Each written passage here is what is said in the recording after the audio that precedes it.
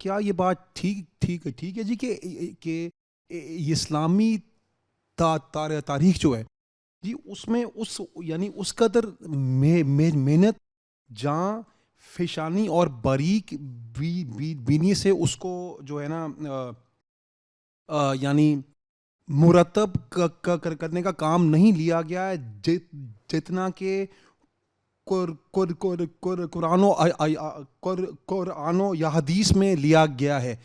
یہ اگر یہ بات ٹھیک ہے، یعنی اگر یہ بات ٹھیک ہے تو نا اس طرح کیوں ہوا ہے؟ ہاں یہ دیکھیں جو ہے نا ہماری جو پہلی نسلیں ہیں ان کا کنسرن یہ تھا، اور خاص طور پر عربوں کا، صحابہ اور تابعین کا، ان کے ہاں یہ بہت غالب جذبہ ہے کہ دین میں کوئی ملاوٹ نہیں ہونی چاہیے، دین کو بالکل خالص اگلی نسلوں کو منتقل ہونا چاہیے. تو اس لیے ان کے ہاں بہت سختی پیدا ہوئی، اور وہ سختی بڑی، کم نہیں ہوئی. جب ان کو ان نسلوں کو یہ اندازہ ہوا کہ دین کے بیان کرنے میں لوگ غلط باتیں بھی ملا کر بیان کر رہے ہیں، تو سختی سے اس کے ساتھ نمٹنے کا فیصلہ ہوا. ہسٹری کے بارے میں یہ جذبہ پیدا نہیں ہوا. یہ اس کا تعلق ہوتا ہے اس زمانے کے لوگوں کے کنسرن سے، کہ کسی زمانے کے لوگوں کا کنسرن کیا ہے. تو اب دیکھیں ہمارا پاکستان میں جو ہسٹری ہے وہ ہمیشہ سرکاری ہوتی ہے. ہماری ہسٹری حکومتیں لکھواتی ہیں، نصاب کی کتابیں لکھی جائیں یا لکھا جائے، اور اس کے رد عمل میں کچھ چیزیں لکھی گئی ہیں، لیکن ان کو شہرت نہیں ملتی.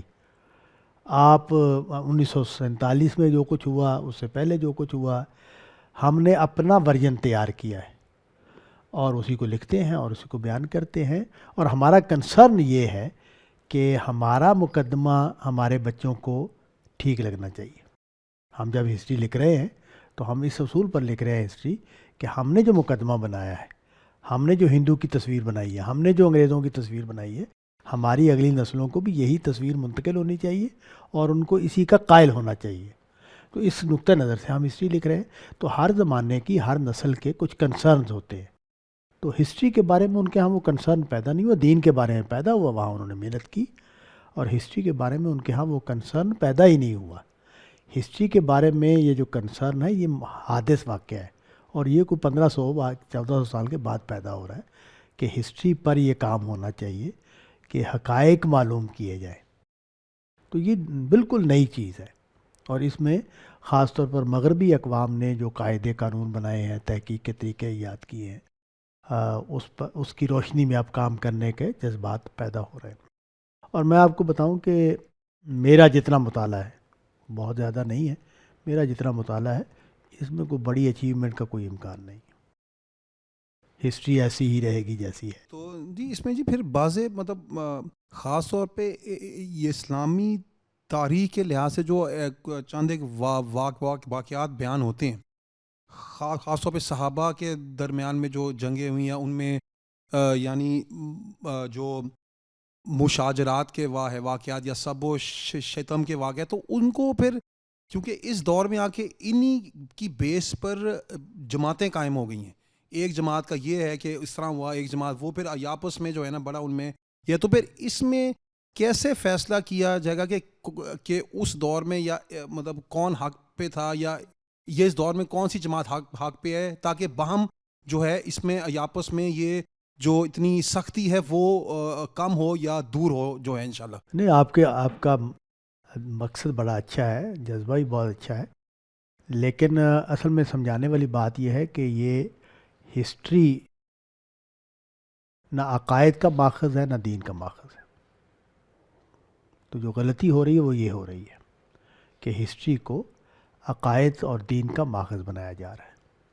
عقائد اور دین کا ماخذ قرآن مجید اور نبی صلی اللہ علیہ وسلم کے ارشادات ہیں یا عمل ہے، اس کو بنایا جائے گا. اور وہاں ہماری امت نے بہت وقیع کام کیا ہے اور بڑا اعلیٰ درجے کا کام کیا ہے. تو دین کو وہاں تک رکھیں، باقی رہ کے ٹھیک ہے. آپ یہ سمجھتے ہیں کہ حضرت عمر، حضرت ابو بکر کی حکومت نہیں، حضرت علی کی حکومت بننی چاہیے، تو سمجھتے رہیں. یہ دین کا مسئلہ ہی نہیں ہے، یہ سیاسی مسئلہ ہے. ٹھیک ہے، مجھے آج بھی تو ہم دیکھیں نا اختلاف کر رہے ہیں نا ایک دوسرے سے. کچھ لوگ بلکہ اکثریت کہہ رہی ہے کہ عمران خان کی حکومت ہونی چاہیے تھی، وہ اس کا حق بنتا ہے حکومت کرنے کا. تو ٹھیک ہے، یہ ہم کہتے رہے اور آئندہ بھی کہتے رہیں گے، ہماری اگلی نسلیں بھی کہتی رہیں گی کہ بڑا ظلم ہوا تھا، بڑی زیادتی ہوئی تھی، عمران خان کی حکومت بننی چاہیے. تو کرتے رہیے. اس کو عقیدہ کیوں بنا رہے ہیں اور اس کو فرقہ کیوں بنا رہے ہیں؟ یہ غلطی یہاں ہو رہی ہے. ٹھیک ہے، یہ اختلاف چلتا رہے گا، ہم کہتے رہیں گے کہ حضرت حسین جو ہیں وہ حق پر تھے. ایک گروہ کہتا رہے گا اور ایک گروہ کہتا رہے گا کہ نہیں، وہ باغی تھے.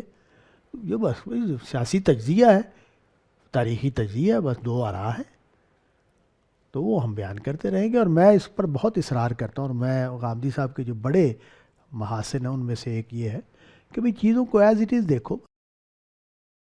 جیسے کہ وہ ہیں اس کو ایسی طرح بیان کر دو. تو اس میں فیصلہ کرنے کی کیا ضرورت ہے کہ یہ حق پر ہے اور یہ باطل پر ہے؟ وہ دو نقطہ ہے نظر ہے، تین نقطہ ہے نظر ہے، چار نقطہ ہے نظر ہے، بیان کرتے رہے. اچھا، نئی باتیں بھی ہوتی رہیں گی. آپ دیکھیں جو حضرت حسین والا واقعہ ہے اس کو مودودی صاحب نے بالکل ایک اور اینگل سے دیکھا ہے، بالکل نیا علم کلام بنا دیا اس کو. تو ٹھیک ہے، یہ بھی کرتے رہیں گے، بڑا ذہن پیدا ہوگا. تو وہ بالکل ایک نئے اینگل سے، اب غامدی صاحب نے بڑی ریکارڈنگ کروائی ہے اس کے اوپر، تو وہ ہسٹری کے پروسیس کے طور پر انہوں نے ایکسپلین کیا ساری باتوں کو. تو ٹھیک ہے، اوکے. لیکن یہ سارے دنیا ہے، دنیا کے معاملات ہیں، دنیا کے کام ہیں، اس میں ہوتی رہیں گی، آراء قائم کرتے رہیں گے. اور یہ بھی ممکن ہے کہ کل اگلے 50 سالوں میں کوئی ایسی چیزیں دریافت ہو جائیں کہ جس سے واقعات بالکل ہی بدل جائیں. وہ بالکل ممکن ہے. یعنی ہم کس اعتماد پر کھڑے ہیں؟ جو واقعات ہمارے علم میں ہیں وہ ہمارے پاس جو رپورٹس ہیں ان کے مطابق ہیں. آپ دیکھیں، میں آپ کو بتاؤں کہ ابھی ریسنٹلی فرانسیسی زبان میں، اٹالین زبان میں صحابہ کے بارے میں کچھ جملے ملے ہیں ہمیں ان کی کتابوں میں، جو یہ بتا رہے ہیں کہ اس زمانے کے مسیحی کیسے دیکھ رہے ہیں، جو ہمارے علم میں نہیں تھا. یہ پچھلے کوئی 40-50 سالوں میں لائبریریوں میں لوگ گئے ہیں، پرانی کتابیں نکالیں اور پتہ چلا کہ اس زمانے کے لوگ جو ہیں وہ صحابہ کی جنگوں کو کیسے دیکھ رہے ہیں. تو یہ اس طرح کی بہت ساری چیزیں ہوتی رہتی ہیں.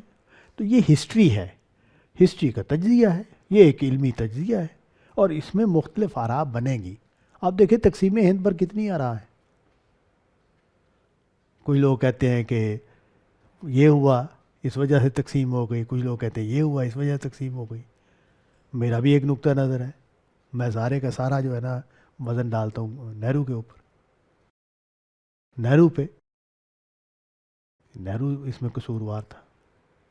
تو یہ ٹھیک ہے، میری بھی ایک رائے، آپ کی بھی ہو سکتی ہے کہ نہیں یہ تو وہ میں نے اتنی موٹی کتاب پڑھی ہے، پاکستان ناگزیر تھا، وہ میں 1500-1600 صفحے کی کتاب ہے، وہ پاکستان ناگزیر تھا. تو یہ بھی ایک نقطہ نظر ہے. تحریک پاکستان میں علماء کا کردار، وہ بھی اتنی موٹی کتاب ہے، اس نے ایسی علماء کی بستی خراب کی ہوئی ہے جس کی کوئی حد نہیں ہے. تو یہ ایسے ہی ہوتے رہتے ہیں. لیکن اس میں ہم اتنے جذباتی کیوں ہیں؟ ہم نے تو کفر اور حق کے مسئلے بنا دیے ہیں ان چیزوں. تو غلطی یہاں ہو رہی ہے. وہ جو بات ہے نا کہ بھئی یہ جو سورسز ہیں ہسٹری کے، یہ کتنے اوتھینٹک ہیں وہ سب کو معلوم ہے. اس میں کیا مبالغے ہوتے ہیں، کس طرح سرکار مداخلت کرتی ہے. میں نے ابھی پاکستان کی مثال دی کہ ہماری تو ساری کی ساری ہسٹری ہمیشہ سرکاری رہی ہے، اور جو کتابیں دوسروں نے لکھی ہیں ہم نے بین کی ہوئی ہیں، ہمارے ملک میں چھپتی نہیں ہیں. ہمارے لوگوں نے لکھی ہیں، پاکستانیوں نے لکھی ہیں کتابیں، تو وہ ہم چھاپنے نہیں دیتے. اتنا ہولڈ ہے ہمارا اس مسئلے کو، اس لیے کہ ہم یہ نہیں چاہتے کہ ہمارے بچوں کو ہسٹری کا کوئی اور ورژن معلوم ہو. آپ دیکھیں، آپ کے حب وطن اس کا ایک معیار ہے ہمارا، ہم وہی چاہتے ہیں سب کو وہی کنوے ہو. اور اتنے جذباتی طریقے سے لوگ، میرا بیٹا مجھ سے ایک دن کہتا ہے بابا آپ محب وطن نہیں ہیں. میں نے کہا تمہیں کہاں شک پڑا ہے، میں بڑا محب وطن ہوں. تو میں اسی طرح کی بات کر رہا تھا کہ یہ اس طرح ہوا ہے، اس طرح نہیں ہوا. تو اس کو شک پڑ گئی میرے بارے میں. یعنی جی پھر یعنی اس طرح کے یعنی نا ہسٹری کے لحاظ سے پھر ہم یعنی فیصلہ نہیں ہو پائے گا، بس یہ رائے شمار ہوگی چاہے وہ جس دور کی بھی تھی ہو. آراء ہیں اور وہ دین نہیں ہے ہمارے لیے، بالکل دین نہیں ہے. تو جی یہ جملہ جو یورف عام میں کہہ دیا جاتا ہے کہ قومیں اپنی تاریخ سے سبق سیکھتی ہیں، تو یہ بات پھر یہ صحیح ہے یہ ہاں، بات وہ جو دیکھیں ہسٹری کے دو ہے پہلو، ایک ہوتی ہے مسلمہ ہسٹری اور ایک ہوتی ہے جس میں اختلافات ہو رہے ہیں. تو مسلمہ ہسٹری تو ٹھیک ہے نا، اس میں کیا مسئلہ ہے بھئی، یہاں انگریزوں نے حکومت کی، یہ تو مسلمہ ہسٹری ہے، ٹھیک ہے نا. تو یہ جو مسلمہ ہسٹری ہوتی ہے، اور مغل حکومت بہت جاہ و جلال والی حکومت. آپ دیکھیں مغل بادشاہ جو ہیں وہ اس جذبے میں مبتلا ہوئے ہیں کہ شہنشاہ کہیں اپنے آپ کو، بادشاہوں کے بادشاہ. آپ یہ کبھی بھی نہیں ہوا کہ ہندوستان میں ایک بادشاہ رہا ہو، پورے ہندوستان میں کبھی نہیں ہوا. مغلوں کے زمانے میں بھی نہیں ہوا. جب مغل بہت زبردست اقتدار تھا ان کا، اس وقت بھی یہاں اور راجے مہاراجے تھے ہندوستان میں. ہندوستان بہت ہی بڑا ہے، بہت ہی بڑی رقبہ ہے، یہ بہت ہی بڑا ہے. تو جب انگریز گئے تو 500 کے قریب ریاستیں تھیں، یعنی انگریز بھی پورے ہندوستان پر کبھی حکومت نہیں کر سکے. 500 ریاستیں تھیں جب وہ گئے. تو وہ مغل بھی مغلوں کے زمانے میں بھی ریاستیں تھیں، چھوٹی چھوٹی ریاستیں. تو وہ ان سے بڑا بادشاہ اپنے آپ کو سمجھتے، اس لیے اپنے آپ کو شہنشاہ کہتے. تو وہ اتنی بڑی سلطنت، اتنا بڑا اقتدار اور خوشحالی. آپ یعنی بعض لوگ اب یہ کہتے ہیں کہ دنیا کا 1/3 ریونیو انڈیا پیدا کرتا تھا مغلوں کے زمانے میں. دنیا کا 1/3 ریونیو، اتنی بڑی دولت. تو یہ جو ہے وہ ختم ہو گئی انگریزوں نے آگے. تو یہ فیکٹ ہے. تو ہمیں اس کا تجزیہ کرنا چاہیے کہ ہم اتنا برا انجام ہمارا کیوں ہوا، اس کے اسباب کیا تھے، تو اس سے سبق بھی حاصل کریں گے. تو ایک ہے فیکٹس آف ہسٹری، اور ایک ہے وہ جو جہاں اختلافات ہو رہے ہیں کہ یہ اس طرح ہوا تھا یا اس طرح ہوا تھا. تو وہ ٹھیک، ہندوستان تقسیم ہوا یہ فیکٹ ہے. اب اس کے اسباب کیا تھے، اس میں اس وقت کی لیڈرشپ کی خامیاں کیا تھیں، کمیاں کیا تھیں، اس پر تجزیہ ہوتا رہے گا. اور اس سے ہم سبق بھی سیکھیں گے، اس سے بھی سبق سیکھتے ہیں. تو ابھی آپ دیکھیں جو ہندوستان کی لیڈرشپ کر رہی ہے اور پاکستان کی لیڈرشپ کر رہی ہے، کل اس میں بھی عبرت کا سامان ہوگا. تو وہ تو ہوتا ہی ہے.